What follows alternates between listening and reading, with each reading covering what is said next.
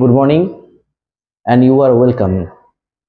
তোমাদের 2022 যে নিয়োগ প্রক্রিয়া চলছে এবং সেটা একদম শেষ পর্যায়ে চলে এসেছে এবং সেখানে কিন্তু কাউন্সিলিং হয়ে গেছে, জয়নিং হয়ে গেছে। পরবর্তীকালে যে state level counselling first phase এবং সেকেন্ড ফেজ সেটাও কিন্তু একদম শেষ দিকে। ফার্স্ট ফেজ কাউন্সিলিং তো হয়ে গেছে, তারপর স্কুল চয়েসও হয়ে গেছে, কিন্তু সেকেন্ড ফেজ কাউন্সিলিং যেটা 27শে ফেব্রুয়ারি হয়েছিল, এই 29শে ফেব্রুয়ারি একদিনে, এবং তার কিন্তু স্কুল বাছাই এবং সার্কেল বাছাই এগুলো কিন্তু হয়নি। কারণ যে প্রথমে স্টেট লেভেল কাউন্সিলিংটা হলো সেখানে কিন্তু প্রথমে 21 থেকে 24 ডেট দিয়েছিল। সেখানে কিন্তু কি হয়েছিল, জাস্ট জেলা বাছাই হয়েছিল এবং তার পরবর্তীকালে ওদেরকে বলা হয়েছিল যে এই তারিখের মধ্যে যে জেলায় তারা চয়েস করেছে সেই জেলায় গিয়ে বিপিএসসি দপ্তরে গিয়ে আলোচনা করতে, মানে কন্ট্যাক্ট করতে এবং সেখানে গিয়ে কোথায় ফাঁকা আছে সেই নিয়ে আলোচনা করতে। তারপরে কিন্তু সেকেন্ড লেভেল কাউন্সিলিং হয়ে গেছে এবং তারপর স্কুল বাছাইয়ের জন্য কিন্তু নোটিশ কালকে দিয়েছে। এবার কিন্তু প্রথম সেকেন্ড লিস্টের যে কাউন্সিলিং হয়ে গেল, এর ফলে কিন্তু ভ্যাকান্সি কিন্তু খুব অল্প পরিমাণে হয়তো পড়ে থাকতে পারে। তাই থার্ড লেভেল কাউন্সিলিং হবে কিনা সেটা বলা এখন সম্ভব নয়, হয়তো হলে পরে কিছুটা সিটের জন্য হতে পারে।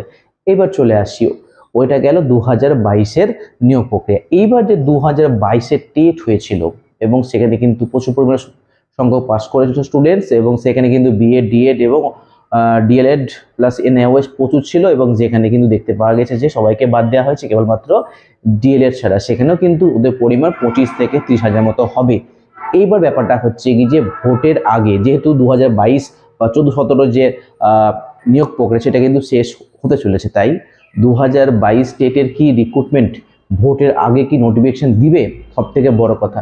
কিন্তু দেখো আজকে যেহেতু 6 তারিখ হয়ে গেল মার্চের, এবার কিন্তু ভোট খুব শীঘ্রই ভোট ঘোষণা হবে এবং লোকসভা ভোটের আগে মোটামুটি যা জানা গেছে যে আগামী 9 থেকে 13ই মার্চ এই দিনগুলোর মধ্যে, অথবা 13ই মার্চের আশেপাশে দিনগুলোর মধ্যে কিন্তু লোকসভা ভোটের নির্দেশিকা বা ডেট ঘোষণা হয়ে যাবে। আর ডেট ঘোষণা হয়ে গেলে ভোট কিন্তু দীর্ঘদিনও চলবে। যেমন একটু বলে দিই যে তোমার ভোটটা কদিন চলতে পারে এবং ভোট চলার পরে কতদিন পর্যন্ত এই সমস্ত আমাদের নিয়োগ প্রক্রিয়া কাজ বন্ধ থাকবে। দেখো গত কিন্তু 2019-এ যে লোকসভা হয়েছিল সেখানে কিন্তু 11ই এপ্রিল, মার্চ 10-এ কিন্তু অ্যানাউন্সড হয়েছিল, ডিক্লেয়ার হয়েছিল, এবং ইলেকশন হয়েছিল কবে থেকে? ইলেকশন হয়েছিল 7 দফায় হয়েছিল, 11 এপ্রিল থেকে 19 মে।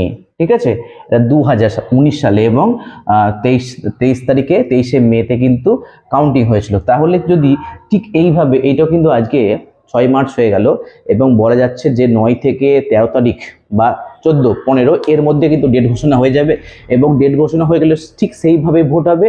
এবং যেহেতু গতবার দেখো মার্চ থেকে এইদিকে মোটামুটি 19 মে, ঠিক আছে, 60 প্লাস মোটামুটি 10, 70 দিন ধরে কিন্তু ইলেকশন চলেছিল।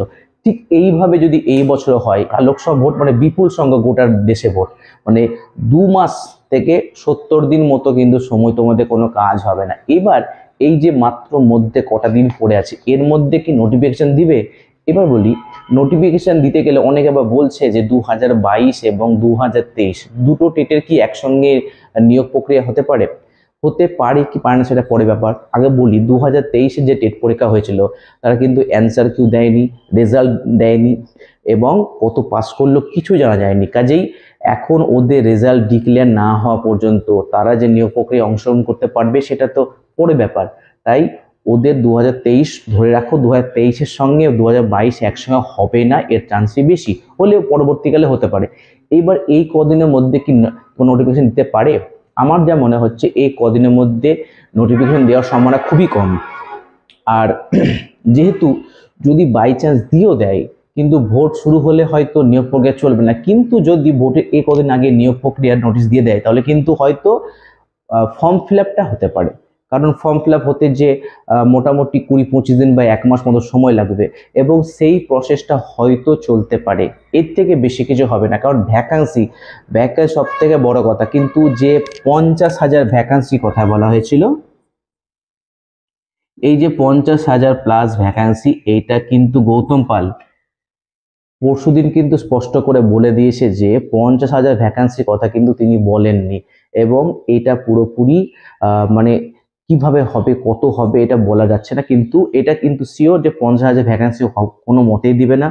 আর যেহেতু 2022 যেখানে ডিএলএড পাস করা ক্যান্ডিডেট 25 থেকে মাত্র 30K এর মধ্যে আছে, সেখানে 50,000 ভ্যাকান্সি হওয়ার কোনো সম্ভাবনা নেই।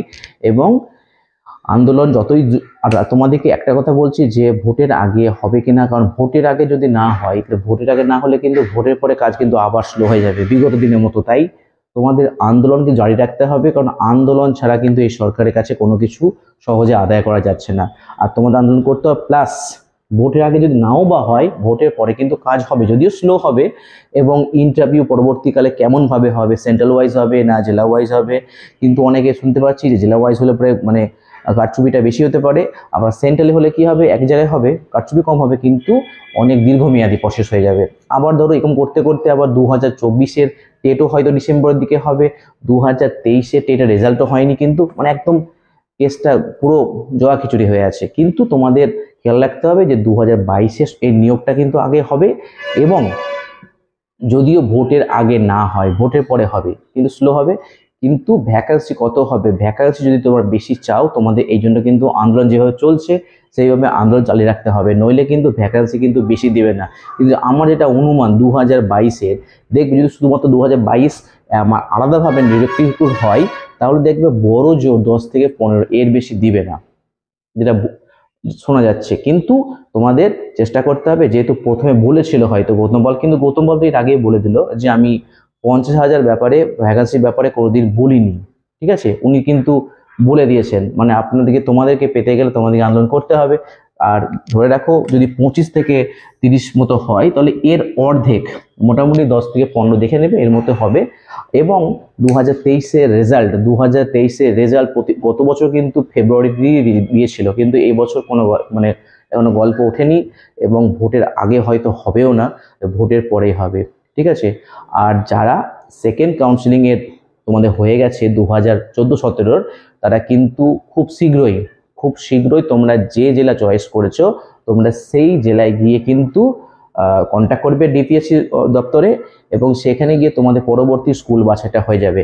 আর থার্ড কাউন্সিলিং বা আনঅবজার্ভ এদের কি হবে এখন বলা যাচ্ছে না, কারণ যদি 11,765 মধ্যে তো 2020-22 ডিএলএড ব্যাটদের জন্য রেখে দেওয়া হয়েছে 2000+, এবং সেটা বাদ দিয়ে যে সিটগুলো ছিল তা ম্যাক্সিমাম সিটই কিন্তু ভর্তি হয়ে গেছে। কাজেই থার্ড কাউন্সিলিং হবে কিনা বলা যাচ্ছে না, হয়তো হলে পরে খুব অল্প সিটের জন্য হবে, ঠিক আছে। তা এখন সামনে তোমাদের শুধুমাত্র 2022-এর নোটিফিকেশন, তোমরা এই আশায় আছো। আর তোমাদেরকে একটা কথা বলবো যে তোমরা শুধুমাত্র নোটিফিকেশন দিবে এই আশা না থেকে তোমরা ইন্টারভিউর জন্য তৈরি হয়ে যাও, ঠিক আছে।